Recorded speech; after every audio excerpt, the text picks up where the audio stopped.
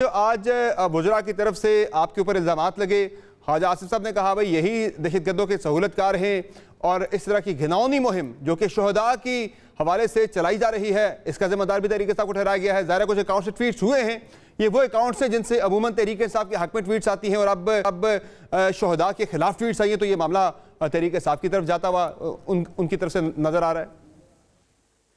बहुत शुक्रिया। बिस्मिल्लाह रहमान रहीम। अल्लाहुम्मा सल्लि व सल्लिम व बारिक अला सय्यिदिना मोहम्मद व अला आलि मोहम्मद। शुहदा के बारे में अल्लाह फरमाते हैं कि वला तक़ूलू लिमन युक़्तलू फ़ी सबीलिल्लाहि अमवात बल अहयाउन वलाकिन ला तशऊरून। मत कहो उनको जो अल्लाह की राह में मारे गए वो जिंदा हैं लेकिन तुम्हें इसका इदराक नहीं। ये जो हमारे जवान शहीद हुए हैं इस पे हकीकतन दिल बहुत अफसरदा है, क्योंकि रमज़ान के महीने में ये बहुत बड़ा एक जुल्म हुआ है। लेकिन बहरहाल हमारे जवानों ने मुल्क का दिफा भी किया और वो हमला जो हुआ वो पसपा भी हुआ। लेकिन जो 2 अफसरान और 5 जवान शहीद हुए हैं उस हमले को सब ने कंडेम किया है, जो भी पाकिस्तान से मोहब्बत करते हैं। और मैं ये समझता हूँ कि ये अगर किसी ने शहीदों की बेतकरीमी की है, ये शहीदों की बेतकरीमी नहीं है, ये पाकिस्तान दुश्मनी है। मैं तो मुतालबा करूंगा कि जिन लोगों ने ये किया है उनके खिलाफ बाकायदा सख्त सख्त कार्रवाई करें। लेकिन इसको सियासी रंग देने से नुकसान ये होगा कि अगर आप इसको सियासी रंग देंगे तो जो शहीदों के घर हैं वो अपने आप को फिर बहुत ही ज्यादा एक मुश्किल सूरत हाल में पाते हैं, क्योंकि इन शहीदों के साथ हम सब खड़े हैं। उसमें कोई नून या पीपल्स पार्टी या पीटीआई नहीं होता, हम सब एज अ पाकिस्तानी अपने इन शहीदों के साथ, उनकी फैमिलीज के साथ खड़े हैं।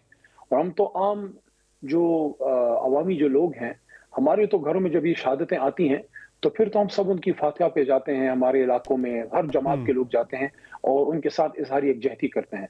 लेकिन जो तर्ज अमल आज वफाकी वज़रा ने अपनाया वो बड़ा ही बचकाना था और मैं समझता हूँ कि उनको इस तर्ज अमल से एराज करना चाहिए, बल्कि उनको इस अज़म का अदा करना चाहिए कि जिन्होंने भी ये किया है, जिस भी जमात से उनका ताल्लुक है, जमात से उनका ताल्लुक नहीं है, उनकी जहन जो है वो पाकिस्तान से मुखालफत से भरे हुए हैं। हम तो मुतालबा करते हैं कि जिन लोगों ने गलत काम किया है उनको कैफर किरदार तक पहुंचाएं, लेकिन सिर्फ बयानबाजी ना करें, अब इस पे अमली इक़दाम भी उठाएं। उसको तहरीक इंसाफ से जोड़ना या किसी भी जमात से जोड़ना, अगर हमारी तरफ से भी कोई किसी जमात पर मुल्क दुश्मनी की बात करता है, मैं उसको भी मजम्मत करता हूँ। सियासी जमातों को ये कहना कि ये गैर पाकिस्तान दुश्मन जमात है, ऐसा नहीं होता।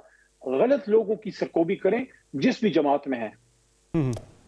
अच्छा, अब आगे मुझे बताएं कि एक तरफ ये मामला हो गया, दूसरा जो तहरीक इंसाफ की तरफ से टिकट्स जारी किए गए हैं सेनेट के इंतखाबात के लिए, उसमें भी बताया एक पैगाम यही आ रहा है कि तहरीक इंसाफ फिलहाल मुज़ामती ट्रैक पे ही जाना चाह रही है।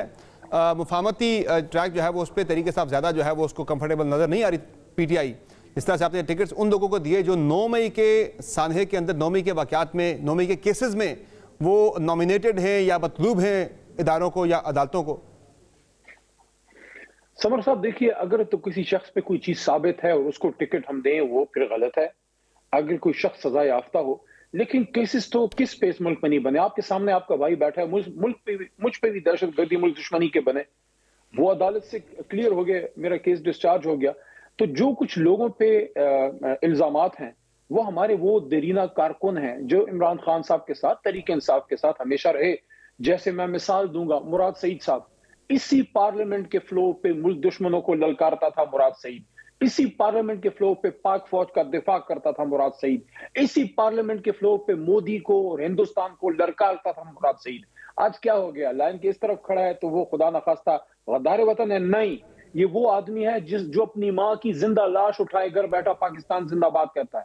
जो स्वात ऑपरेशन था उसमें उसकी माँ को, वो बेड रिडन है पिछले 20 साल से बेचारी, लेकिन मुराद पाकिस्तान जिंदाबाद कहता है। अब उस आदमी को तहरीक इंसाफ टिकट ना दे, फैसल जावेद को टिकट ना दे, आजम स्वाति साहब को टिकट ना दे, हमने अपने उन कारकुनों को टिकट दिया है जो पाकिस्तान से मोहब्बत की लाजवाल दास्तानें रकम कर गए हैं। उन पे इल्जामात हैं, अपने आप को अदालतों में प्रूव करेंगे। अगर किसी ने कोई जुर्म किया है सजा उसको मिल जाएगी।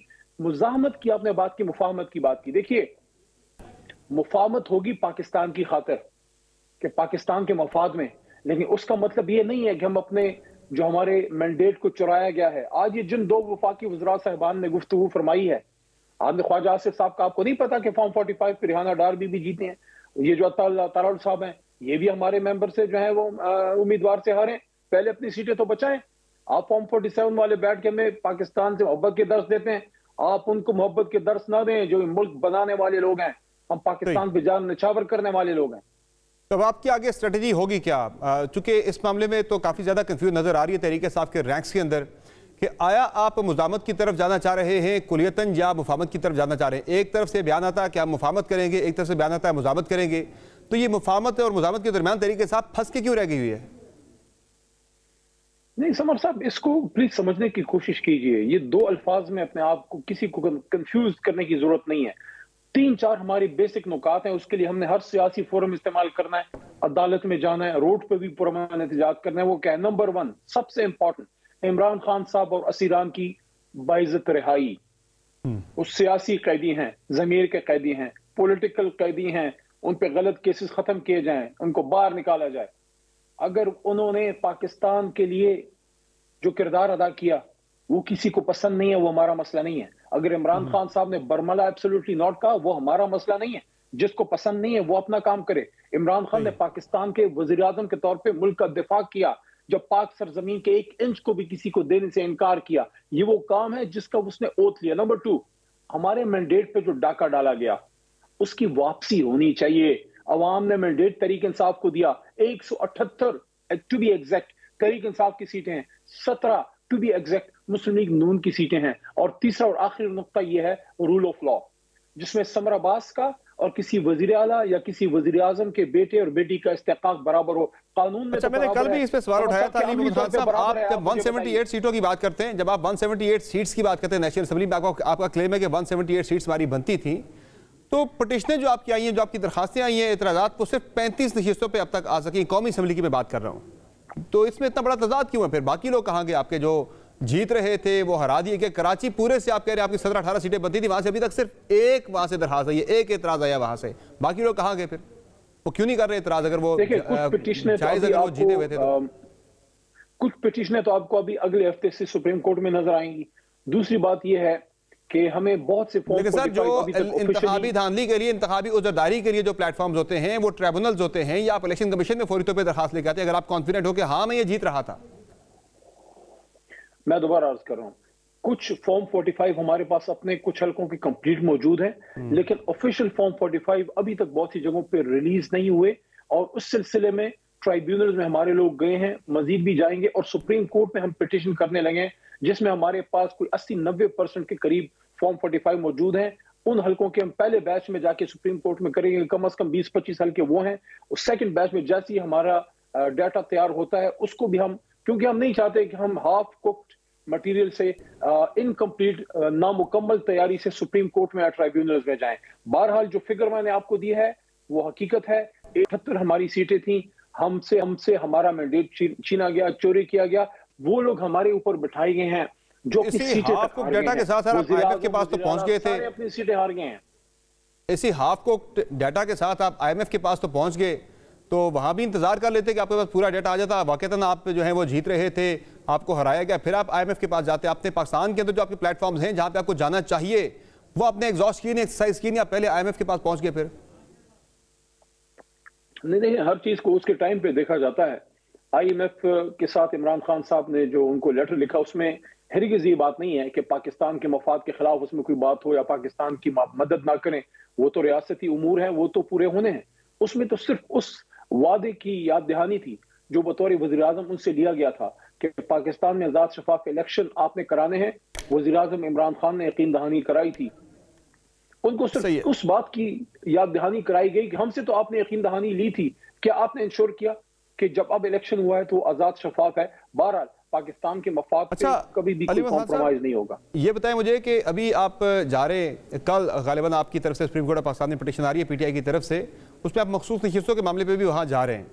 जब आपके रहनुमा पब्लिकली इस बात का एतराफ़ कर रहे हैं कि हाँ सुन्नी इत्तेहाद कौंसिल के साथ हमें नहीं जाना चाहिए था, हमें नुकसान का मखसूस नशिस्तों पर, ये बयानात अगर तब आते जब सुप्रीम कोर्ट से आपके खिलाफ फैसला आ चुका होता। अभी तो आप वहाँ पर क्या केस जाके लड़ेंगे? जब आप सुप्रीम कोर्ट में जाएंगे तो वहां तो ये बात आपके मुखालिफिन करेंगे, भाई ये लोग तो पब्लिकली खुद मान रहे हैं कि हाँ हमसे गलत फैसला हो गया, सुन्नी इत्तेहाद कौंसिल के साथ इत्तेहाद का, हमारी मखसूस नशिस्तें ज़ाया हो गई हैं। क्या मुकदमा लड़ेंगे आपके बंदे जब पहले शिकस्त मान चुके हैं? देखिए, अगर उन्होंने हमें सीटें नहीं देनी तो क्या, चाहे सुन्नी इत्तेहाद कौंसिल हो, चाहे जमात इस्लामी होती, या शेरपाव साहब की जमात होती, या शेरानी साहब की जो भी जमात होती, उसमें उन्होंने ये करना था। बड़ा अजीब लगा कि तातारियों के हमले की तरह जिस तरह माली गनीमत जो है वो तकसीम होता है, उसी तरह तहरीक इंसाफ की 3.25 करोड़ वोट लेने वाली जमात की 93 सीटें, जो हमें इतने बड़े कट आउट के बाद भी हमें 93 सीटें मिली हैं, हालांकि आधा मैंडेट हमारा चुराया गया है। आपने हमारी सीटें उठा के उनको दे दी जिनका मैंडेट ही नहीं था, उनको तो अपने मैंडेट के मुताबिक। वो आपकी बात बिल्कुल जायज है, वो आपकी बात बिल्कुल जायज है पाकिस्तान में, वो आपकी बात बिल्कुल जायज है, मैं आपकी बात से बिल्कुल एग्री करता हूं। बल्ले के केस में थे, मेरी अर्ज सुन लीजिए ना, सुप्रीम कोर्ट ऑफ पाकिस्तान में बल्ले के केस में जब हम गए थे, चीफ जस्टिस साहब ऑन रिकॉर्ड हैं कि उन्होंने ये बात की थी कि मखसूस नशिस्तों पे जब आपका कोई इशू हो तो आप आइएगा, हम पर उम्मीद है सुप्रीम कोर्ट से हमें हमारा हक मिलेगा इंशाल्लाह, और हमारी जो रिजर्व सीट्स की जो खवातीन है, देखिए 3.25 करोड़ वोट लेने वाली जमात की जो खवातीन है, क्या उनका हक नहीं है? क्या उनका हक नहीं है?